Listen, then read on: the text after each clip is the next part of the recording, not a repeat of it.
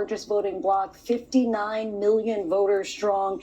And what's interesting, I think you mentioned it earlier in the evening, but it bears repeating, that white women haven't actually voted for a Democratic president since Bill Clinton in 1996. Even Hillary Clinton only was able to get 43% of the female vote. So let's see what's happening in Pennsylvania with the female voters. 53% of those, again, this is preliminary, 53% of those voters say that they are women, and they are breaking in favor of Kamala Harris by 55% compared to Donald Trump. This is roughly about the same with where women were for Joe Biden in 2020. White women in particular, white women make up 42%, again, based on these preliminary polls, and 48% of the white women voting for Kamala Harris. Donald Trump is beating her out when it comes to white women. Now, what makes this election potentially different from the past is that this is the first presidential election since Roe v. Wade was overturned. You have abortion on 10 states.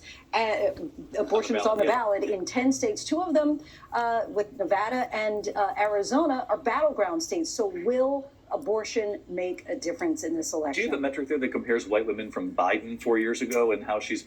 It's roughly the same. We don't actually have it in a graph form, but she's running about the same as Biden so far. 2% better than where Biden was in 2020. 2%. And in a very tight race, though, that could make all the difference. And Martha, there has been significant outreach, in particular to suburban white women in Pennsylvania. Absolutely. She absolutely needs those suburban white women in Pennsylvania, across all of the battleground states, of course, but particularly there. And those women, the women I've talked to in Pennsylvania, in those battleground states, all over the place, it is Donald Trump's language that is turning them off. And Kamala Harris is taking full advantage of that. She's reminding voters the kinds of things Donald Trump has said, like, I want to protect women whether they like it or not. He calls her names. He calls her retarded. He calls her names that are very offensive to female voters. But they are also a voting bloc that gets out there.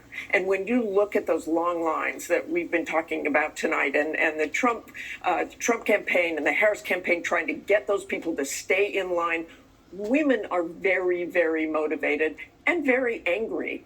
Women I've talked to in these states about what Donald Trump has said, they may stay in those lines, those low propensity male voters that Donald